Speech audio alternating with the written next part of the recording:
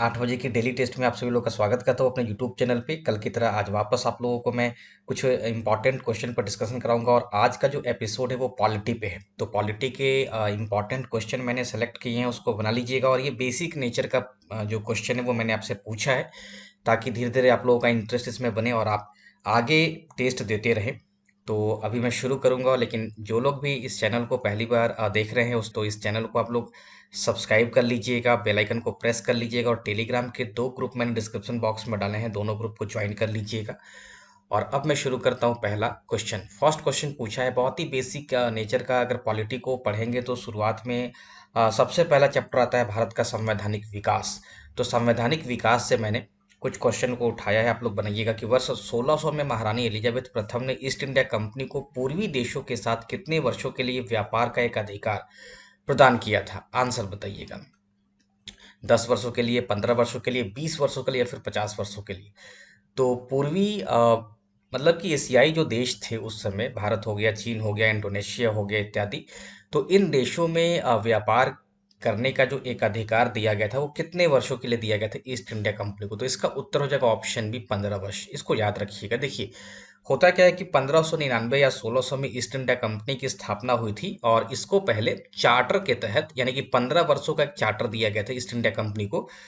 तो east India company को जब चार्टर दिया गया, इसका मतलब कि उसको व्यापारिक एक अधिकार प्रदान किया गया, यानी कि इंग्लैंड की सिर्फ एक ही कंपनी इन क्षेत्रों में व्यापार कर सकती है, जिसका नाम रखा गया था ईस्ट इंडिया कंपनी। हालांकि ईस्ट इंडिया कंपनी नाम 1933 के बाद पड़ा था, तो फिर भी आप लोग याद रखिएगा 15 वर्षों के लिए व्यापारिक एक अधिकार प्रदान किया गया था।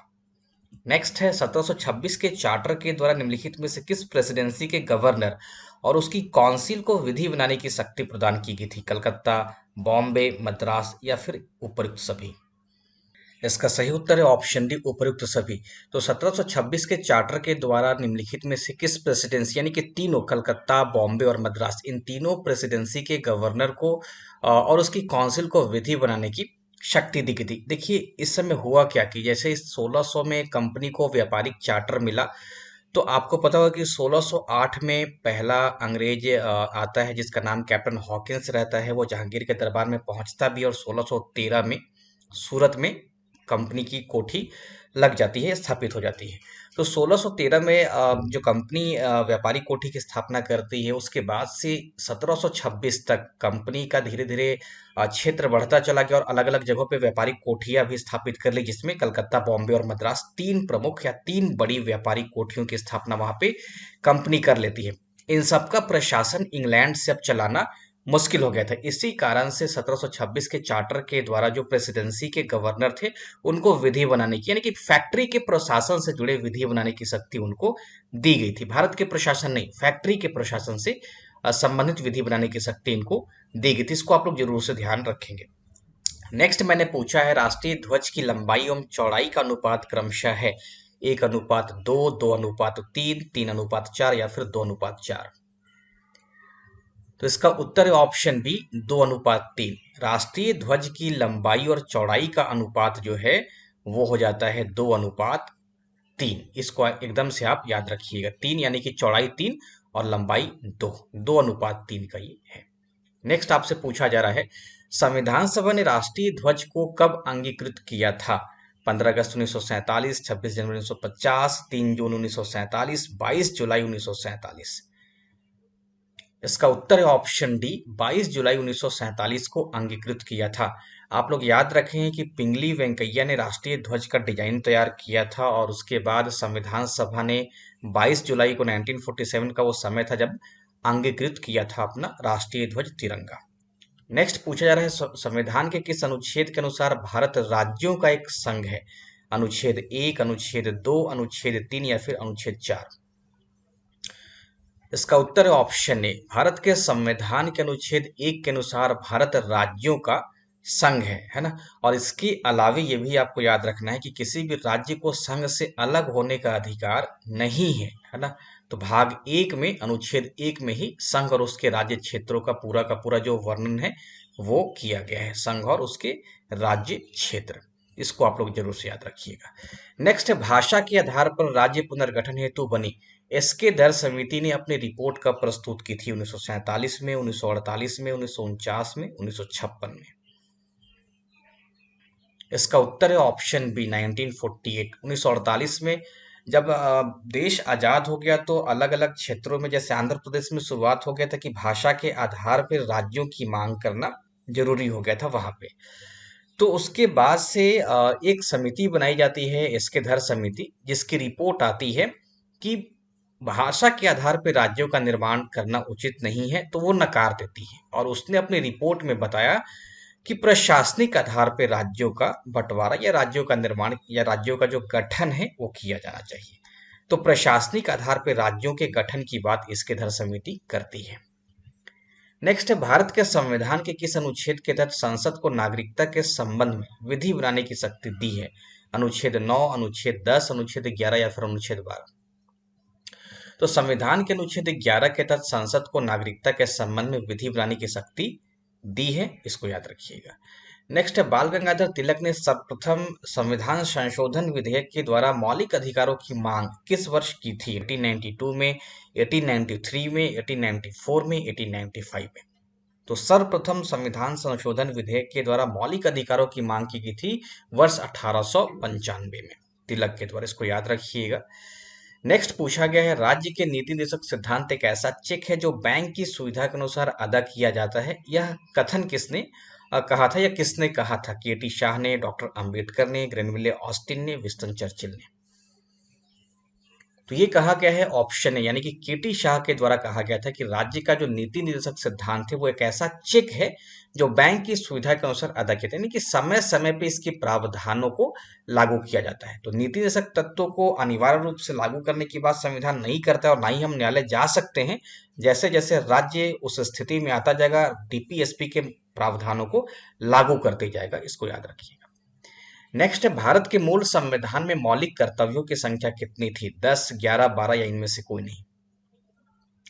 इसका उत्तर है ऑप्शन डी, इनमें से कोई नहीं। भारत के मूल संविधान में मौलिक कर्तव्यों की संख्या 0 थी। आपको पता होगा कि 42वें संविधान संशोधन के तहत 1976 में पहली बार मौलिक कर्तव्यों को शामिल किया गया और उस समय 10 मौलिक कर्तव्यों को शामिल किया गया, लेकिन मूल संविधान में जब संविधान लागू किया गया था पूर्ण रूप से चाहे आंशिक रूप से, उस समय मौलिक कर्तव्यों की संख्या 1 भी नहीं थी, इसको याद रखिएगा।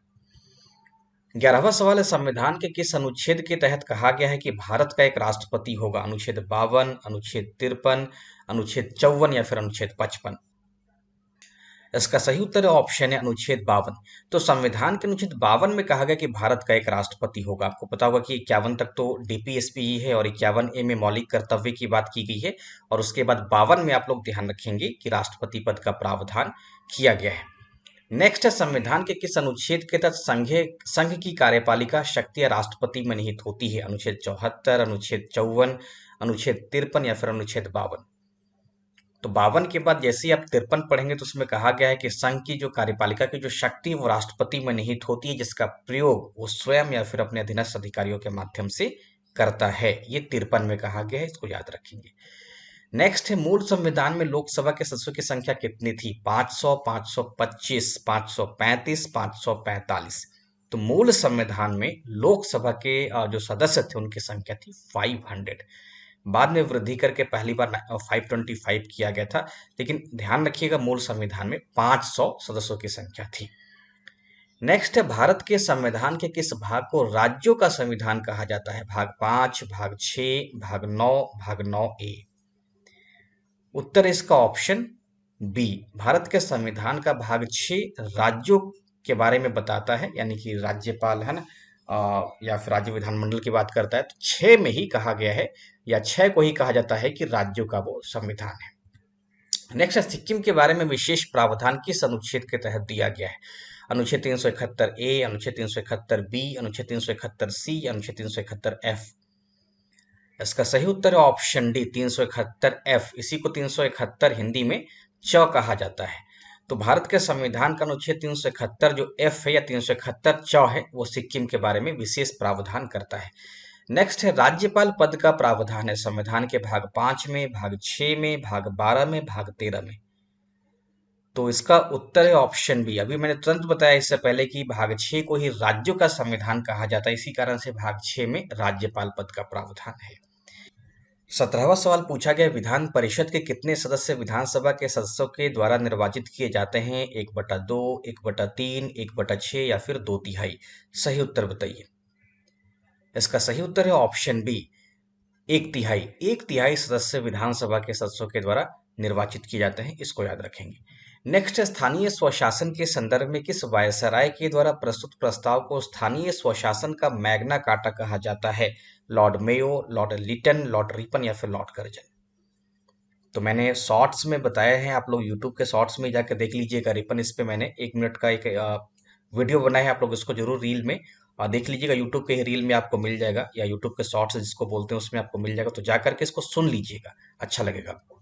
नेक्स्ट है, बलवंत राय मेहता समिति की प्रजातांत्रिक विकेंद्रीकरण की सिफारिश के अनुसार जिला, ब्लॉक और ग्राम स्तरों पर त्रिस्तरीय प्रजातांत्रिक पंचायती राज संस्थाओं का गठन होना था, या केवल जिला और मंडल स्तर पर द्विस्तरीय पंचायती राज संस्थाओं का गठन होना था, या फिर केवल जिला स्तर पर जिला परिषद का गठन प्रस्तावित किया गया था? इनमें से कोई नहीं। उत्तर बताइए।